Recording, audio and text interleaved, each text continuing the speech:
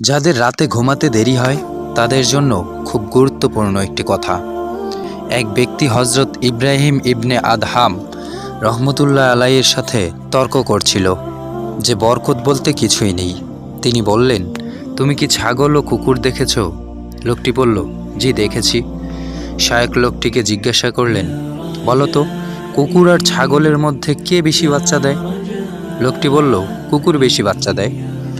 শায়েখ বললেন, এদের মধ্যে তুমি কোন জন্তুটিকে বেশি দেখতে পাও, কুকুর না ছাগল? লোকটি বলল, ছাগল। শায়েখ ইব্রাহিম ইবনে আদহাম রহমতুল্লাহ আলাই বললেন, ছাগলকে মানুষ খায়। কুরবানির সময় কত ছাগল কুরবানি করা হয়, এরপরও ছাগলের সংখ্যায় বেশি দেখা যায়, কমে না। এর রহস্য কি বলে মনে হয় তোমার? লোকটি জিজ্ঞাসা করল, কি রহস্য শায়েখ? শায়েখ বললেন, একবার ভেবে দেখো তো, এটা কি বরকত নয়? লোকটি বলল, তাহলে এর কারণ কি যে ছাগলের মধ্যে বরকত হয় আর কুকুরের মধ্যে বরকত হয় না? শায়েখ বললেন, এর কারণ হলো ছাগল সন্ধ্যা হতেই ঘুমিয়ে যায় আর ভোরে জাগ্রত হয়। এই সময়টাই হয় রহমত ও বরকত বর্ষণের মুহূর্ত, ফলে তার মধ্যে বরকত হয়। আর কুকুর সারা রাত জাগ্রত থাকে, ফজরের আগে ঘুমায়, তাই সে বরকত থেকে বঞ্চিত থাকে। একটু চিন্তার বিষয়, নবীজি সাল্লাল্লাহু আলাইহি ওয়াসাল্লাম এর সুন্নত হলো এশার নামাজ পড়ে ঘুমিয়ে যাওয়া, শেষ রাতে জাগ্রত হয়ে তাহাজ্জুদ পড়া। কেননা আল্লাহ রাতের শেষ তৃতীয়াংশে প্রথম আসমানে নেমে আসেন, বান্দাদেরকে দোয়া করার জন্য, ক্ষমা চাওয়ার জন্য ডাকতে থাকেন।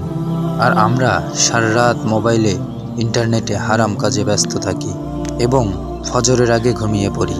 আমাদের মধ্যে এমন অনেকেই আছেন যারা যখন শুনেন মসজিদের ফজরের আজান হচ্ছে, ঠিক তখনই তারা ঘুমাতে যান।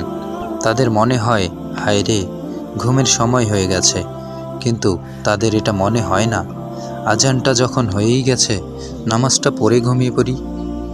অথচ রাসূলুল্লাহ সাল্লাল্লাহু আলাইহি ওয়াসাল্লাম বলেন, ফজরের কেবল 2 রাকাত সুন্নত সালাত পৃথিবী এবং এর মধ্যে যা কিছু আছে সবচাইতে উত্তম। সুবহানাল্লাহ। তাহলে 2 রাকাত ফজরের কতটা মর্যাদা হতে পারে? এমন অতি মূল্যবান সময়ে আমরা ঘুমিয়েই কাটিয়ে দেই। তাহলে আমাদের কাজকর্মে আল্লাহর বরকত দিবেন কিভাবে? আবার আমরাই দোয়া করে অস্থির হয়ে যাই আর ভাবি, আল্লাহ আমাদের দোয়া কবুল করেন না কেন? কিন্তু যখন আমাদের হাতে মোবাইল ছিল না, তখন সময়টা এমন ছিল না। আগের দিনের মানুষ সন্ধ্যার একটু পর 7-8টার দিকেই ঘুমিয়ে যেত। স্বামী স্ত্রী রাতে ঘুমানোর আগে অনেক গল্প করতেন। অনেক লম্বা একটা সময় ঘুমানোর পরে তাদের ভোর 5টার দিকে উঠতে কোনো সমস্যা হতো না। ভোরবেলা তারা খেতে খামারে কাজ করতে যেত, দুপুরের মধ্যেই কাজ শেষ করে বাড়ি ফিরে যেত, তারপর বউ বাচ্চাদের সাথে সময় কাটাতো। কিন্তু এখন আমাদের আর সেই সুযোগ হয় না। ঘুমের সময় ছাড়া আমরা আর কেউ বাসায়ই থাকি না, শুধু কাজ আর কাজ। আমাদের সামাজিক বন্ধন ঠুনকো হয়ে যাচ্ছে। নারীরা তাদের সন্ধির কাছে সময় ভিক্ষা চাইছেন, পুরুষেরাও তাদের নারীর কাছে, কিন্তু কেউ কাউকে সময় দিতে পারছেন না।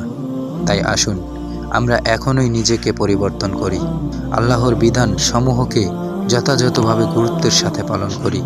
তাহলে আশা করা যায় তিনি আমাদের দোয়া কবুল করবেন এবং কাজকর্মে বরকত দিবেন ইনশাআল্লাহ। মহান আল্লাহ আমাদের সবাইকে বুঝার তৌফিক দান করুন। আল্লাহুম্মা আমিন।